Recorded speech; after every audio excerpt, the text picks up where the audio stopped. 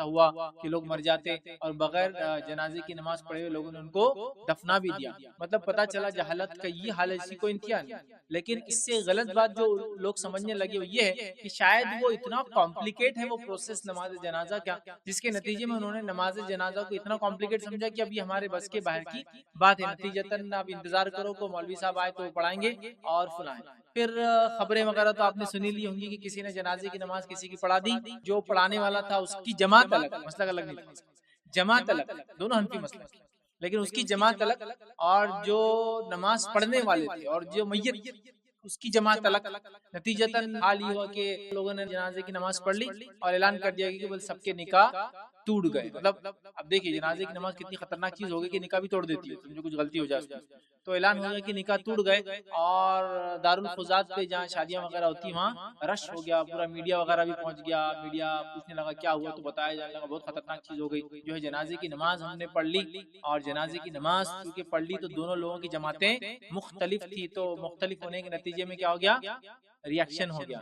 ہوتا ہے نا بچہ پیدا ہوتا ہے تو اس کو ماں کا بلڈ گروپ اور باپ کا بلڈ گروپ میں جو ہے سمجھے نا ڈفرنس ہے بہت زیادہ نیگیٹو پازیٹیو کا، تو بچوں کو بہت پرابلم ہوتی ہے. ان کو یہ مطلب جو ہے پیلا جانڈس ہو جاتا ہے بہت لمبے عرصے تک. پھر اس کے بعد اور بھی چیزیں سفیدہ وغیرہ جو بولتے ہیں اردو زبان میں کامنلی، وہ سب پورے لیور کے ڈیزیز بہت زیادہ ہوتے ہیں تو ان کا خون بدلنا پڑتا ہے. تو پھر وہ ریئیکشن ہو گیا مطلب بولے. تو اب کیا ہو گیا تو بولے شادیاں سب کی ٹوٹ گئی. نتیجتاً اسی ایک رات میں جو ہے دیندار اور نیک لوگوں نے جو ہے دو شادیاں پڑھا دی. تو باقی سب پھر کلمہ بھی پڑھنا پڑا پہلے ان کو. پہلے تو وہ غیر مسلم ہو گئے تھے، جیسے انہوں نے جنازے کی نماز پڑھ لی کسی کے پیچھے تو وہ سب غیر مسلم ہو گئے. پہلے سب سے بڑا پرابلم غیر مسلم ہونے کی وجہ سے ان کے نکاح ٹوٹ گئے کیونکہ بیویاں مسلمان تھی گھر پہ. انہوں نے جنازے کی نماز پڑھ لی تھی نا، جنازے کی نماز پڑھنے سے یہ مسلم نہیں رہے، غیر مسلم ہو گئے بیچارے، کافر ہو گئے. اب ان کے کافر ہوتے پھر ان کو پھر مسلمان بننا پڑا. اب مسلمان بنے تو نکاح ٹوٹ گئے تھے پورے کے پورے. تو اب پھر سے کیا کرنا پڑا، نکاح پڑھانا پڑا. تو بہت لمبا مسئلہ ہو گیا. تو بہرحال ایسی خبریں بھی سننے میں آتی تو ڈر اور لگتا ہے کہ آنکھ پہ کاٹے اڑے تھے.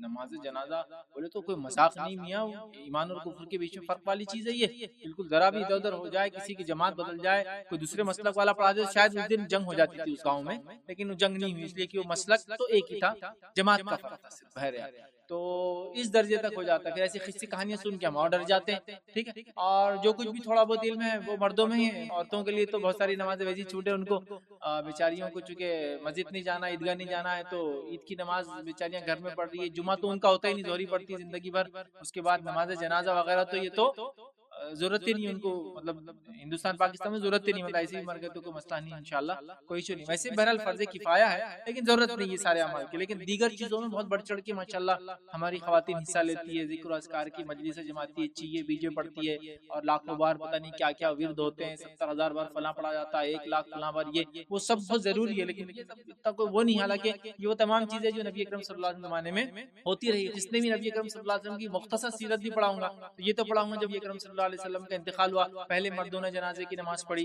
نماز جنازہ ادا کی، اس کے بعد عورتوں نے نماز جنازہ کی. پڑھ لیجیے کوئی بھی سیرت کی کتاب اٹھائیے. اس کے بعد بچوں نے آپ کی نماز جنازہ کی، چونکہ آپ کو لے کے کہیں نہیں جایا گیا تھا اسی جگہ پہ، چونکہ انبیاء کی خصوصیت تھی، انبیاء جہاں انتقال کرتے وہیں تدفین ہوتے ہیں. تو حجرہ چھوٹا تھا، اب حجرہ چھوٹا تھا تو ایک سال لوگ کھڑے نہیں ہو سکتے تھے تو لوگ آتے تھے، نماز پڑھتے تھے اور جاتے تھے. یہ روایتیں آپ ابن ہشام میں دیکھ لیجیے، ابن اسحاق میں دیکھ لیجیے، رحیق المختوم میں دیکھ لیجیے، جو سیرت کی کتاب آپ کو بہتر لگے اس میں پڑھ لیجیے. تو عورتوں نے بھی پڑھی، سمجھا بات. بہرحال لیکن مسئلہ یہ ہے کہ چونکہ ہمارے پاس عورتوں کے گھر سے باہر نکلنے سے کافی فتنے ہو جاتے ہیں.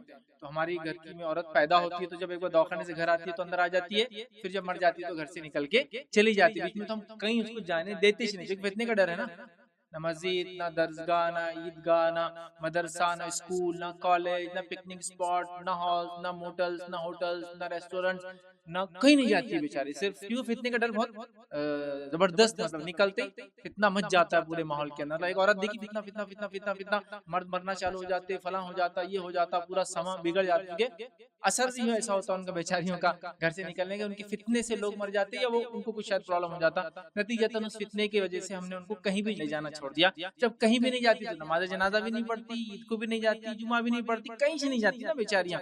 پیدا ہو کے گھر میں آتی تو پھر مرنے کے بعد گھر سے باہر نکل کر چلی جاتی ہے. لیکن اس دوران کبھی نکلنا پڑے مجبوراً تو وہ بازار وغیرہ نکل سکتی ہے، لیکن نماز وغیرہ کے لیے نکلنا اس کا بڑا فتنہ ہو جاتا ہے اس کی وجہ سے. کیونکہ مسجد وغیرہ ایسے ہمارے ہیں، عیدگاہ وغیرہ جہاں پورے لچے لفنگے بیٹھے ہوتے ہیں، نتیجتاً وہ بیچاری نکلتی ہے تو فتنہ مچنے کا ڈر بہت زیادہ ہیوی ہو جاتا ہے چانسز. یا تو پھر مرد فتنہ باز ہے اس لیے کہ عورت نکل گئی تو وہ اس کو چھڑ کے فتنہ کر دیتے. یہ ہماری عورتیں اتنی فتنہ انگیز ہے کہ ان کے نکلتے بس نظریں ڈالی لوگ فتنے میں پڑ گئے پورے کے پورے. ادھر نظر ڈالی وہ مرد فتنے میں پڑ گیا، ادھر نظر ڈالی وہ نوجوان فتنے میں پڑ گیا، ادھر سے گزری سارا فتنہ پھیل جاتا ہے. نتیجتاً بیچاریاں نماز جنازہ بھی فتنے کی وجہ سے نہیں پڑتی، ایسا دیگر کام بہت سارے وہ نہیں کر پاتی ہے. بہرحال چلیے تو اب آ گئی نماز جنازہ، چونکہ بہت کمپلیکیٹ بنا دیا گیا، اتنا ہوا اس کی کریٹ ہوتی ہے اسی کو انتہانی.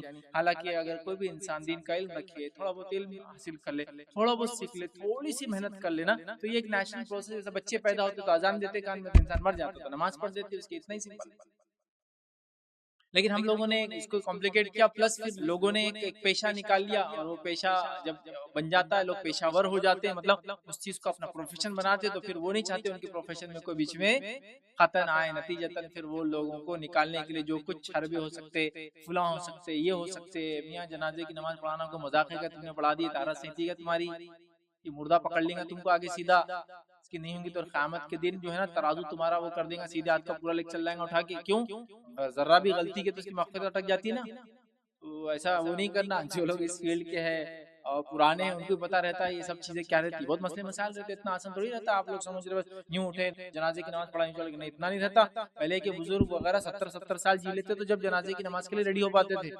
اور تم نوجوان دیکھو اتنے جلدی تھوڑا سا سیکھ لیے، مدرسہ مکتب چلے گئے، کوئی لیکچر سن لیا، کوئی کلپ سن لی، اور نماز جنازہ کے لیے آ کے کھڑے ہو گئے. ہوتا ہے ایسے، اگر کوئی بولے میں پڑھاتا ہوں تو پورے لوگ گھورنا شروع کر.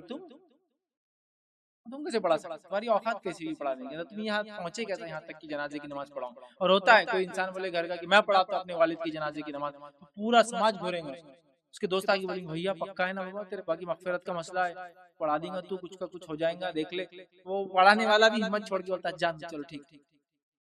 سمجھ رہا ہوتا ہے. نکاح گھر کے اندر نکاح ہے، پروفیشن جو کریٹ ہو گیا تو پروفیشن لوگ چھوڑتے نہیں. اب نکاح ہے گھر میں، گھر کے آدمی بولے ہم ہی نکاح پڑھاتے، تو پروفیشنل لوگ آ کے بولتے ہیں ہاں میاں ذرا غلطی ہوگی نا تو نکاح نہیں ہوتا، ہو حرام ہو جائے گا.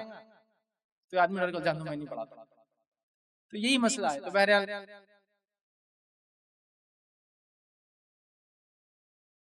السلام علیکم. آپ بھی ہمارے اس کام میں تعاون کریں اپنی زکات و صدقات کے ذریعے. ڈونیشن ڈیٹیلز کے لیے ڈونیٹ پر کلک کریں. اگر آپ کو ہمارے ویڈیوز پسند آئے ہیں تو اسے شیئر کریں اور سب کے حقدار بنیں. روزانہ ہمارے ویڈیوز کو پانے کے لیے ہمارے یوٹیوب چینل کو سبسکرائب کریں اور بیل آئکن دبائیں. ہم سے دیگر سوشل میڈیا پہ جڑنے کے لیے ویڈیو میں دیے گئے آئی ڈی کو سرچ کریں. جزاک اللہ.